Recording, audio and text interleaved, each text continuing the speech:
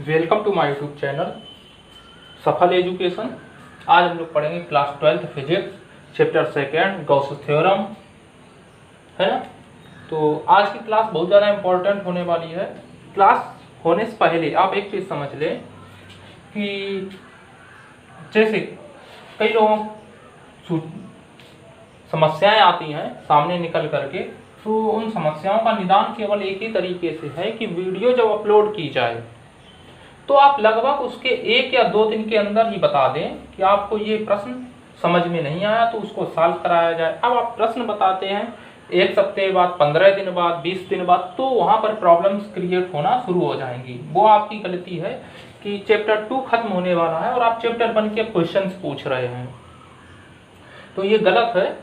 और दूसरा ये कि जिन स्टूडेंट्स को कुछ अच्छा करना है ना, तो डेरिवेशन या कुछ न्यूमेरिकल्स जो है वो यहाँ पूरी तरीके से समझा दिए जाते हैं। साथ ही साथ अगर कुछ ज़रूरत से ज़्यादा अच्छा करना है तो आप इसके लिए कॉपी भी बना सकते हैं, नोट्स बना लें, है ना। नोट्स आप अपनी कॉपी पर भी बना लें। साथ ही साथ नोट्स को, डेरिवेशन को किस आधार पे लिखना है तो उसके लिए आप अपने पास नोट्स भी मंगवा लें और उन नोट्स को कॉपी पे भी बना लें, ताकि आपको रिवीजन का मौका मिल जाए और अंतिम समय में आपको रिवीजन कम से कम करना पड़े।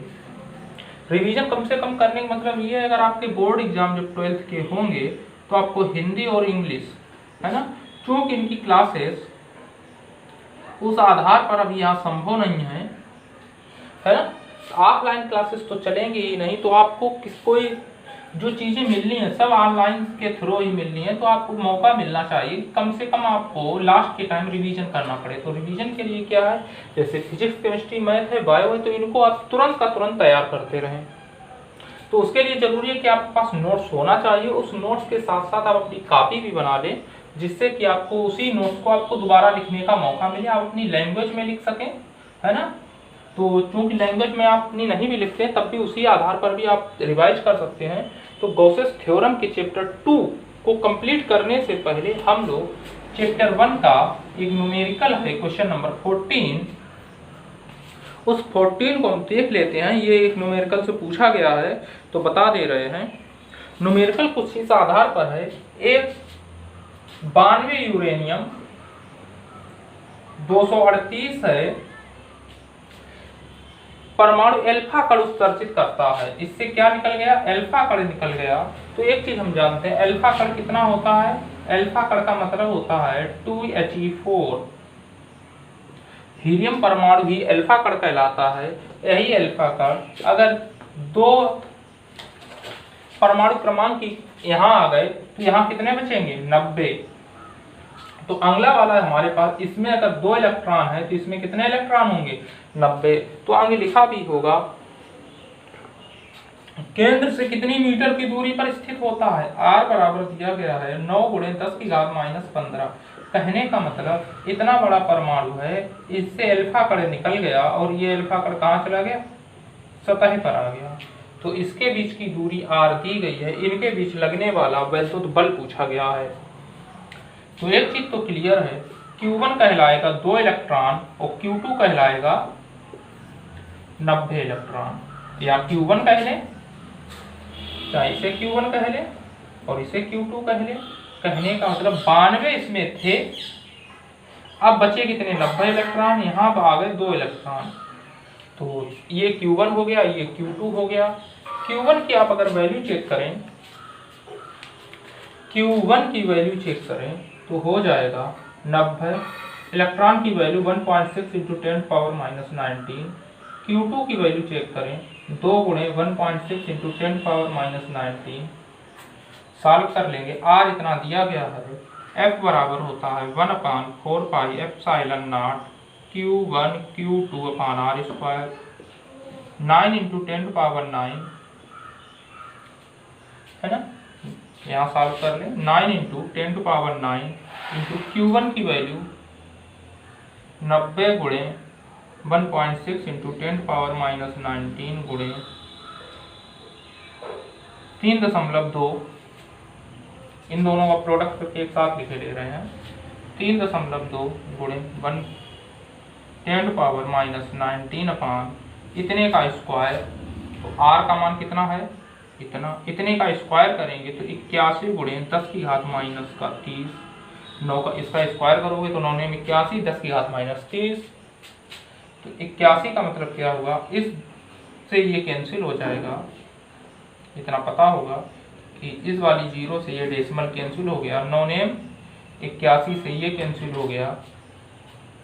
यहाँ देखें अगर हम तो 19 और 19 कितना हुआ 38, 38 से 9 चला गया तो बचेगा कितना 10 की घात माइनस 29 गुणे, यहाँ कितना बचा 16 गुणे 3.2 बटे ये जो 10 की घात माइनस 30 है, अगर ये ऊपर जाएगा तो 10 की घात प्लस का 30 बनाएगा, माइनस 29 और प्लस 30 मिलके कितना हो गया माइनस 29 और प्लस 30, ये प्लस का 30 माइनस का 29 तो प्लस का 1 बचेगा, यानी 16 गुणे 3.2 गुणे 10 की पावर 1, भाई ये 30 ये 29 तो 1 बचा, इससे ये कैंसिल हो गया तो ये कितना हो जाएगा 512 न्यूटन।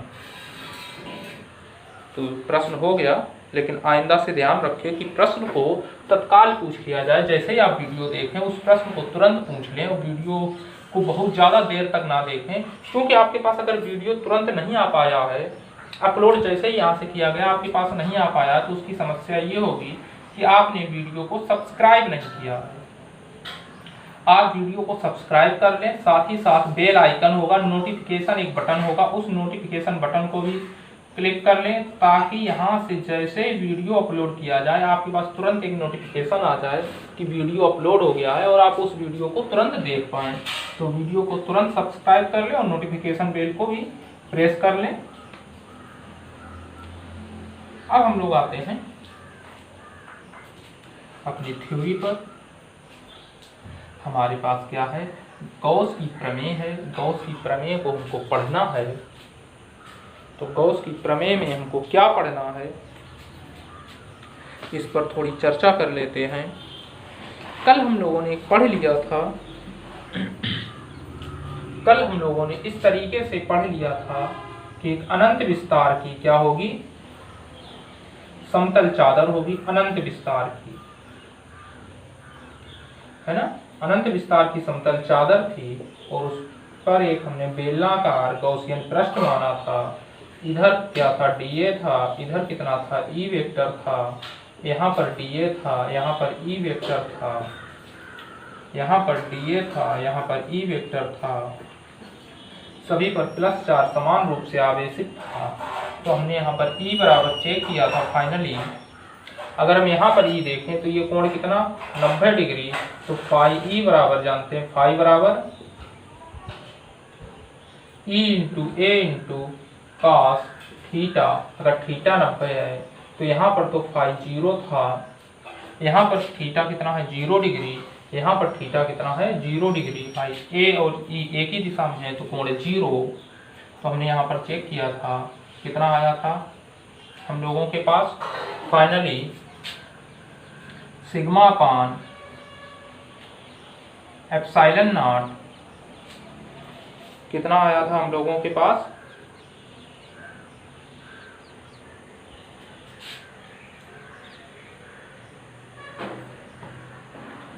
E बराबर अगर हम देखें तो sigma upon 2 times epsilon not निकल के आया था। आया कैसे था उस पर अगर हम देखें तो किस आधार पे आया था, यहाँ पर अगर हम देखें तो फाई E1 की जो वैल्यू होगी वो होगी E इंटू ए, यहाँ पर जो फाई E2 होगा वो होगा E इंटू ए। इन दोनों को जोड़ें तो फाइनली फाई E बराबर phi E1 plus phi E2, तो ये कितना होगा E into A plus E into A, क्योंकि cos अगर हम यहाँ देखें तो cos 0 तो बचेगा E a, cos 0 का मान 1, यहाँ पर अगर हम देखें तो cos 0 E a ही बचेगा। तो ये कितना हो गया फाई E बराबर 2 टाइम्स E इंटू ए। और चूंकि हम ये भी जानते हैं गॉस की प्रमेय से कि जो फाई होता है वो कुल आवेश का एप्सिलॉन नॉट गुना होता है साथ ही साथ अगर हम यहाँ पर ये भी जानते हैं कि सिग्मा बराबर क्या होता है, Q अपान A। सिग्मा क्या है, पृष्ठ आवेश घनत्व। सिग्मा बराबर Q अपान A। तो यहाँ से अगर हम Q की वैल्यू निकालें तो सिग्मा इंटू A, Q की वैल्यू निकालें तो सिग्मा इंटू A, तो फाई E बराबर Q अपान एप्सिलॉन नॉट। तो Q की वैल्यू रख दें sigma into A upon epsilon naught. तो ये फाई, इसे समीकरण 1 इसे समीकरण 2 करके दोनों को इक्वल कर दो, तो 2EA बराबर sigma into A upon epsilon not cancel हो गया, बचा क्या, E बराबर सिग्मा अपान 2 एप्सिलॉन नॉट। तो यही हमारे पास डेरिवेशन था किस चीज़ का, कि एक समान रूप से आवेशित समतल चादर है, उसके आसपास किसी भी बिंदु पर विद्युत क्षेत्र की तीव्रता चेक करोगे तो कितना आएगा, sigma upon 2 times epsilon naught. तो इसके बाद अब हमारे पास जो पॉइंट है वो अगला पॉइंट है, और वो अगला पॉइंट क्या है उस पर हम बात कर लेते हैं। तो ये है चैप्टर है हमारे पास गॉसेस थ्योरम, कि इसके दो पार्ट अलग से हमको करने हैं, इसी चादर से ही संबंधित हैं, दो पार्ट हैं अलग से करने हैं। पहला पार्ट है आवेशित चालक प्लेट के निकट विद्युत क्षेत्र की तीव्रता। एक है आवेशित चालक प्लेट के निकट विद्युत क्षेत्र की तीव्रता। तो इसमें अगर हम देखें, एक हमारे पास क्या है, आवेशित चालक प्लेट है, जो क्या है, आवेशित चालक प्लेट है, दोनों तरफ पॉजिटिव चार्ज है, ठीक है। ये पृष्ठ 1 है, ये पृष्ठ 2 है, ठीक। तो एक चीज हम जानते हैं, चालक के अंदर विद्युत क्षेत्र कितना होता है, 0। चालक के अंदर विद्युत क्षेत्र कितना, 0, क्योंकि आवेश बाहर है। चालक के अंदर विद्युत क्षेत्र 0। इस बिंदु के किसी भी बाहर हमको क्या निकालना, क्या, आवेशित चालक प्लेट के निकट। ये चालक प्लेट है, एक प्लेट है, इसके निकट विद्युत क्षेत्र की तीव्रता चाहिए, तो हमने बिंदु P यहाँ मान लिया। अब हम चेक करें, इसकी वजह से ये प्लस चार्ज है, इसकी वजह से विद्युत क्षेत्र E1, इसकी वजह से विद्युत क्षेत्र E2। क्लियर। बिंदु P पर विद्युत क्षेत्र की तीव्रता कुछ इस तरीके से होगी, E1 एवं E2। इसका पृष्ठ आवेश घनत्व सिग्मा है, इसका भी पृष्ठ आवेश घनत्व सिग्मा होगा, है ना। तो हम मान सकते हैं, माना एक परिमित मोटाई की चालक प्लेट होगी, उस प्लेट पर प्लस आवेश एक समान रूप से वितरित कर दिया जाएगा। प्लेट के अंदर विद्युत क्षेत्र की तीव्रता 0 होगी, क्योंकि वहां पर आवेश नहीं है। साथ ही साथ दोनों का पृष्ठ आवेश घनत्व सिग्मा होगा। तो चादर 1 के कारण बिंदु P पर विद्युत क्षेत्र की तीव्रता निकालेंगे। 1 के कारण विद्युत क्षेत्र की तीव्रता, 1 के कारण अगर हम विद्युत क्षेत्र की तीव्रता की बात करें तो E1 लिखेंगे, और ये जो E1 होगा वो हमारे पास किसके बराबर होगा, जानते ही हैं अभी जो हमने पढ़ा। E1, एक अगर समतल चादर है तो इसके बिंदु P पर विद्युत क्षेत्र की तीव्रता कितनी होती है, सिग्मा अपान 2 एप्सिलॉन नॉट। इसे समीकरण 1 कह देंगे। इसके ठीक पहले वाले डेरिवेशन से है, E1 बराबर सिग्मा अपान 2 एप्सिलॉन नॉट। ये किधर होगा, बाहर की ओर। अगर हम कहें 2 के कारण विद्युत क्षेत्र की तीव्रता, विद्युत क्षेत्र की तीव्रता, तो हम यहां से क्या कह सकते हैं कि E2 वेक्टर बराबर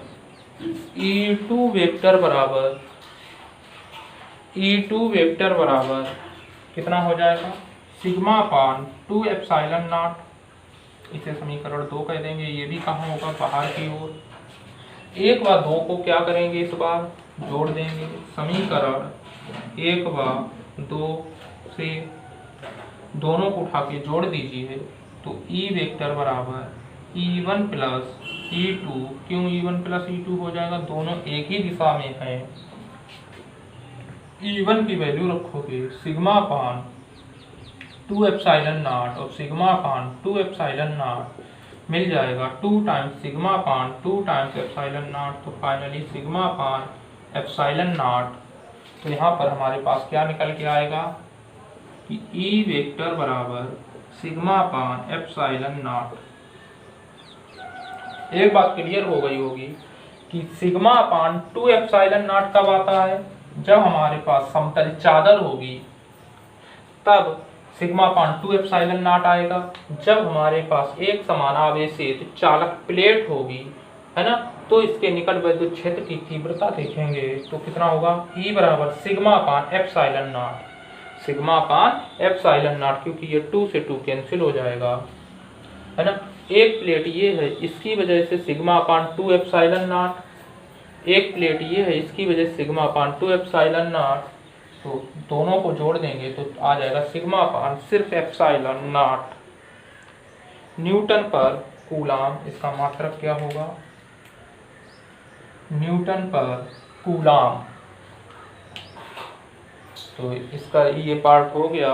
इसके बाद हम इसी का दूसरा एक पार्ट करेंगे और वो पार्ट भी बहुत अच्छा है ना। तो पहले हम इसे रफ कर देते हैं।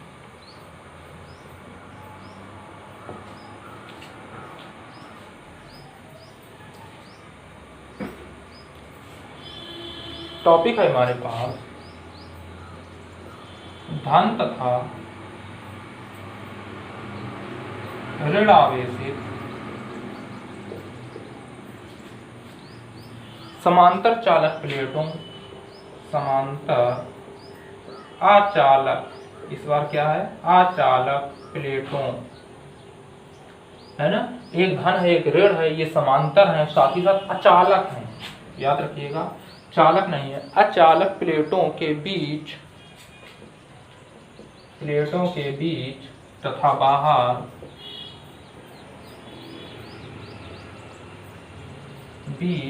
तथा बाहर विद्युत क्षेत्र की तीव्रता, बीच तथा बाहर विद्युत क्षेत्र की तीव्रता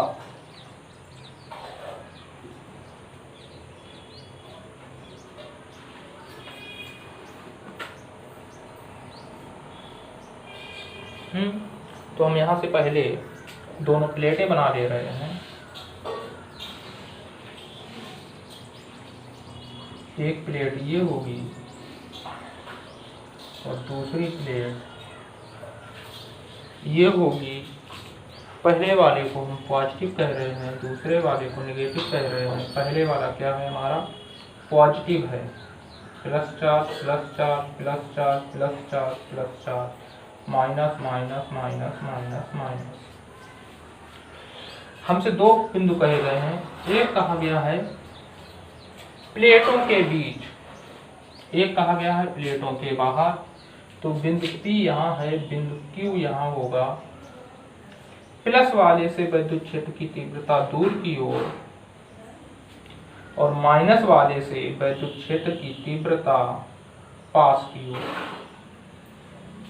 प्लस वाले से विद्युत क्षेत्र की तीव्रता दूर की ओर, माइनस वाले से विद्युत क्षेत्र की तीव्रता पास की ओर। तो E2 इधर, E1 भी इधर। E1 है इसकी वजह से इधर और E2 है इसकी वजह से इधर। माइनस वाले से अगर हम प्लस वाले से देखें तो E1 इधर, माइनस वाले से इधर E2, माइनस वाले से कहाँ होती है, पास की ओर। माइनस वाले से पास की ओर, प्लस वाले से दूर की ओर। प्लस ये है तो इसकी वजह से दूर की ओर, माइनस ये है तो माइनस की वजह से पास की ओर। क्लियर है ना। इस प्लेट का पृष्ठ आवेश घनत्व सिग्मा, इसका भी सिग्मा। तो हम मानेंगे, माना दो समतल अचालक प्लेटें 1 व 2 क्रमशः धन और ऋण आवेशित हैं, पृष्ठ का आवेश घनत्व सिग्मा होगा। तो इसी के साथ प्लेटों के बीच विद्युत क्षेत्र की तीव्रता बिंदु P पर अगर हम देखें, प्लेटों के बीच, पहला टॉपिक क्या है, प्लेटों के बीच P पर विद्युत क्षेत्र की तीव्रता अगर हम प्लेटों के बीच करें तो एक बात तो क्लियर है, E1 प्लस, या ऐसे कह लें E1 plate 1, E1 vector plate 1 से दूर एवं प्लेट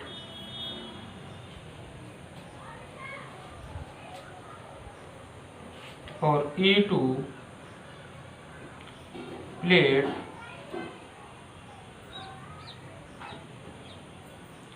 दो के पास। E2 क्या, E1 क्या होगा, प्लेट 1 से दूर की तरफ होगा, जबकि E2 क्या होगा, प्लेट 2 के पास होगा। तो दोनों की दिशा क्या है, एक ही है। यहाँ से देख लें, समान दिशा। तो E1 की वैल्यू कितनी आ जाएगी, सिग्मा अपान 2 एप्सिलॉन नॉट, समीकरण नंबर 1। E2 की वैल्यू कितनी आ जाएगी, सिग्मा अपान 2 एप्सिलॉन नॉट, समीकरण नंबर 2, क्योंकि ये हम लोग सीख चुके हैं चादर वाले से। तो यहाँ पर क्या करेंगे, समीकरण 1 व 2 से,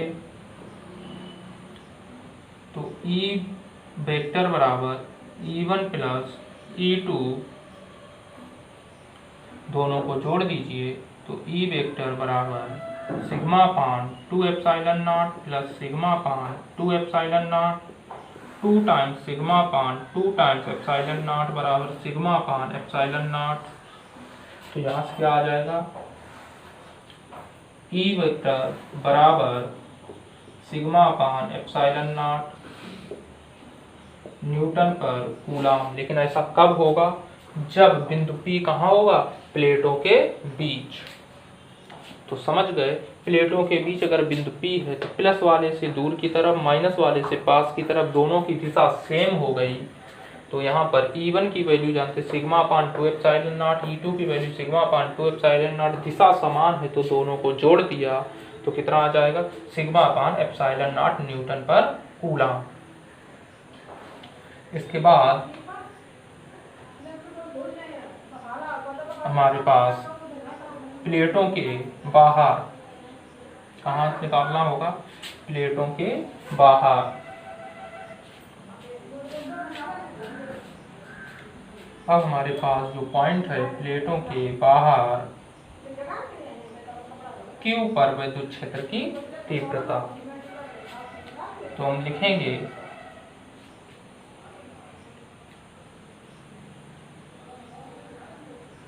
प्लेट 1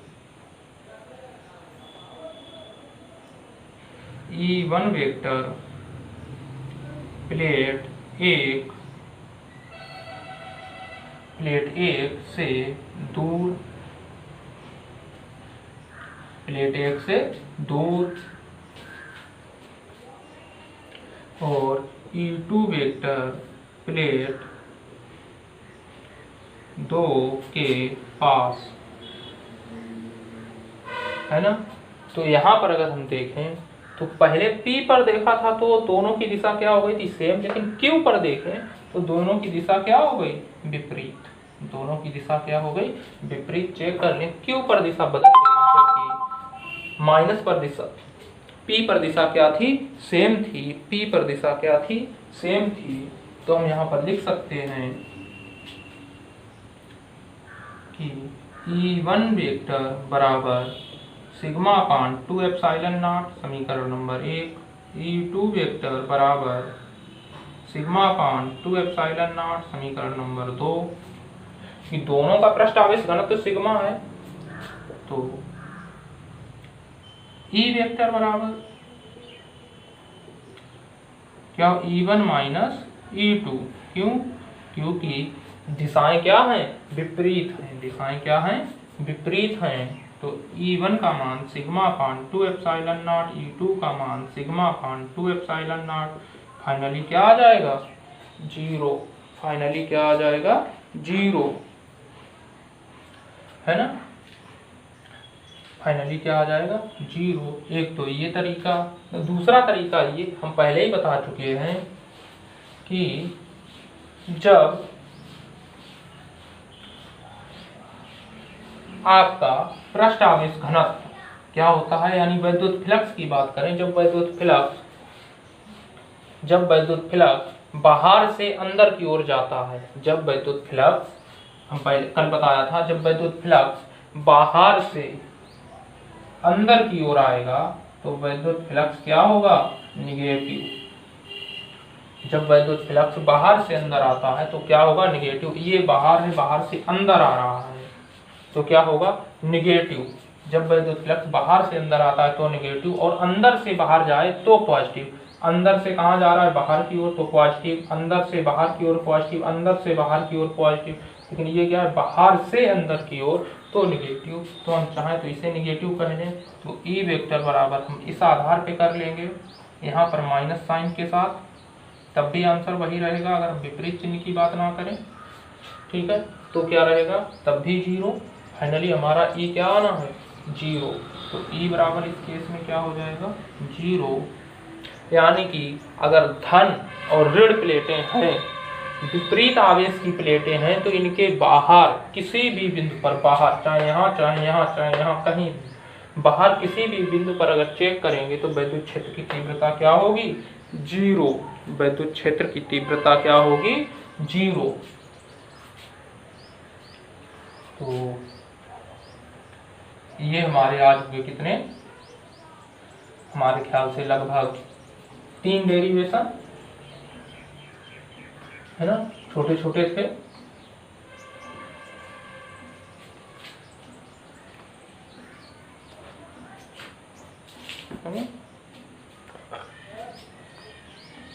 अगला हमारे पास है टॉपिक ये एक समान आवेशित पतले गोलीय कोश के कारण वैद्युत क्षेत्र की तीव्रता। तो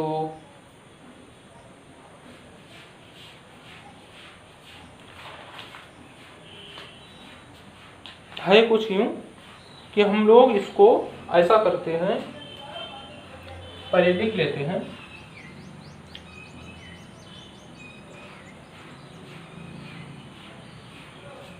एक समान आवेशित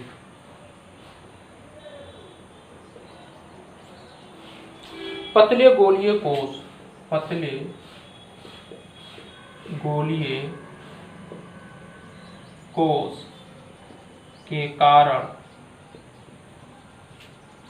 कोश के कारण वैद्युत क्षेत्र की तीव्रता। तो हम इसे बना के दिखा रहे हैं। एक समान आवेशित पतले गोलीय कोश का मतलब क्या है? एक प्रकार से गेंद, गोलीय कोश, बीच में क्या होना चाहिए? खोखला। तो गेंद की एक प्रकार से बात कर लो तो वो क्या होगा? गोलीय कोश। एक ये है, ये सपोज कीजिए गेंद है, तो इसके हमको 3 तरीके से निकालना पड़ेगा। पहला हम ले रहे हैं, है ना, हम कहाँ निकाल सकते हैं? एक तो गोलीय कोश के अंदर, मान लीजिए ये गोलीय कोश है, तो एक गोलीय कोश के कहाँ? अंदर। एक गोलीय कोश के कहाँ? बाहर। एक गोलीय कोश के बाहर, और एक कहाँ? गोलीय कोश पर, कहीं यहाँ। तो हम 3 जगह निकाल सकते हैं। तो पहला है हमारा गोलीय कोश के बाहर, गोलीय कोश के बाहर। अगर गोलीय कोश के बाहर की बात करें और हम इसे, पहले वाली जो हमारी ये डिस्टेंस है, इसे हम कहें कि ये कितना है? कैपिटल आर है। ये कितना है? कैपिटल आर है। तो ये इस वाली डिस्टेंस को हम कहें ये स्मॉल आर है। इस वाली डिस्टेंस को हम कहें ये स्मॉल आर है। तो यही तो बाहर हुआ। ये क्या है? बाहर। ये क्या है? पृष्ठ यानी पृष्ठ पर। और ये क्या है? अंदर। ये क्या है? अंदर। ठीक है, एक ये होगा, ये अंदर है, ये क्या है? ये पृष्ठ है, ये क्या है? ये बाहर है। तो यहाँ पर अगर हम देखें तो हमारे पास ये भी क्या है? ये गॉसियन, जो ये डॉटेड दिखाएगा, ये क्या है? गॉसियन पृष्ठ।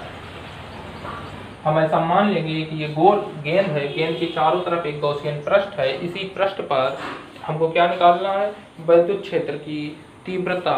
और ये पूरा है क्या? एक समान रूप से आवेशित गोलीय कोश है। ये क्या है? एक समान रूप से आवेशित गोलीय कोश।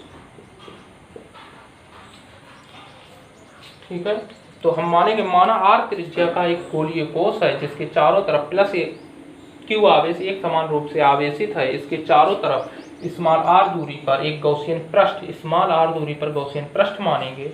और वहीं पर जो ये बाहर की ओर है, यहीं पर क्या निकालनी है? विद्युत क्षेत्र की तीव्रता। तो हम मान लेंगे बाहर एक बिंदु क्या है? बिंदु P है। बाहर की तरफ एक बिंदु P है और इस बिंदु पर अत्यंत सूक्ष्म अवयव dA वेक्टर है क्षेत्रफल का, और E वेक्टर विद्युत क्षेत्र की तीव्रता बाहर की ओर। तो हम लिखेंगे बिंदु P पर घिरा क्षेत्रफल अवयव P पर अत्यंत सूक्ष्म क्षेत्रफल कितना है? dA है। तो बिंदु P पर अत्यंत सूक्ष्म अवयव dA से गुजरने वाला विद्युत फ्लक्स d फाई E बराबर जानते हैं E इंटू dA है ना। E vector dot dA vector बराबर कहने का मतलब क्या? E dA cos theta. Clear? अगर हम ये कहें और हम यहीं पर कह लें संपूर्ण पृष्ठ से गुजरने वाला, यहीं पर हम कह लें संपूर्ण पृष्ठ से गुजरने वाला, से लिख नहीं रहे, चलिए बता दे रहे हैं। यहीं पर हम अगर ये कहें संपूर्ण पृष्ठ से गुजरने वाला विद्युत फ्लक्स, तो क्या हो जाएगा? फाई ई, क्योंकि इसका इंटीग्रेशन करोगे तो क्या हो जाएगा? Phi E. और इसका इंटीग्रेशन करोगे कितना हो जाएगा? इसका इंटीग्रेशन करोगे तो कितना हो जाएगा? Integration of E vector dot dA vector, E vector dot dA vector, या हम ये कह लें इस वेक्टर को अगर हम हटा दें तो हम ये कह लें, यहाँ समझा देते हैं। गेंद का पृष्ठ होगा, गेंद के चारों तरफ, अगर गोल गेंद है, गेंद के चारों तरफ जब आप एक पृष्ठ मानेंगे तो पृष्ठ क्या होगा? बाहर की ओर। विद्युत क्षेत्र की तीव्रता प्लस वाले से बाहर की ओर, तो क्या हो जाएगा? थीटा कितना इस केस में होगा? 0 डिग्री। E dA, और हम ये जानते हैं कि A बराबर क्या होता है? 4 पाई r स्क्वायर। क्योंकि गेंद है या कोई गोल गेंद है या कोई गोली है या कोई गोला है, उसका पृष्ठ क्षेत्रफल कितना होता है? 4 पाई r स्क्वायर। तो ये कितना हो जाएगा? E और dA का समाकलन करेंगे तो A, और A की जगह कितना? 4 पाई r स्क्वायर, 4 पाई r स्क्वायर। तो हमारे पास क्या निकल के आ जाएगा? फाई E बराबर E इंटू 4 पाई r स्क्वायर। इसे समीकरण नंबर 1 कह देंगे। और हम दोबारा लिखेंगे गॉस की प्रमेय से, और इसी चीज को हम क्या कहेंगे? दोबारा लिखेंगे गॉस प्रमेय से। क्या होता है गॉस प्रमेय से? अगर कुल आवेश Q हो तो गुजरने वाला विद्युत फ्लक्स फाई E बराबर Q अपान एप्सिलॉन नॉट। इसे समीकरण 2 कह देंगे। 1/2 ले लें, अगर 1/2 ले लें तो हम कहेंगे E इंटू 4 पाई r स्क्वायर बराबर Q अपान एप्सिलॉन नॉट। इसे चेक करें तो E बराबर कितना? 4 पाई r स्क्वायर से भाग दे दें तो 1/4 pi epsilon not Q upon r square.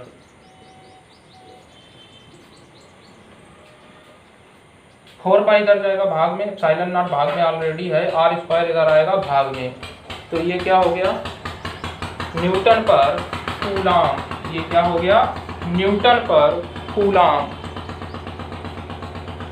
ठीक है। अगर हम यहीं पर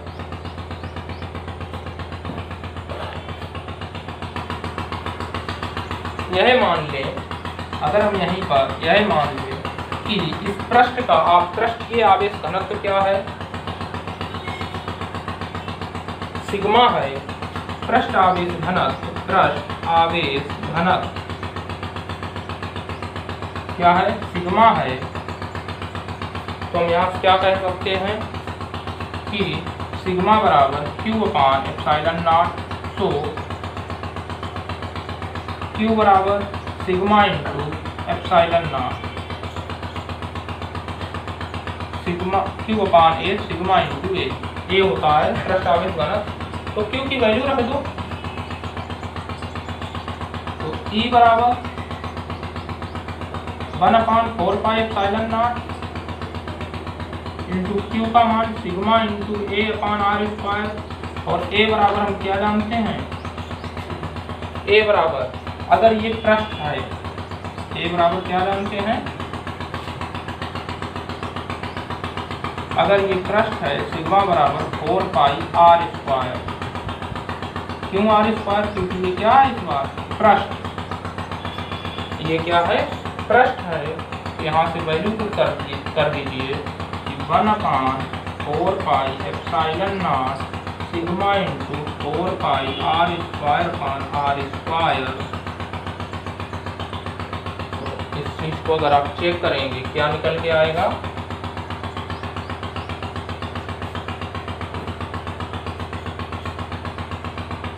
ई बराबर 4 pi cancel, sigma upon epsilon not capital R square upon small R square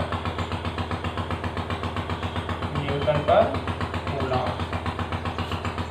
तो आज के लिए यही क्लास रखते हैं, नेक्स्ट चीजें कल से करेंगे। Thank you.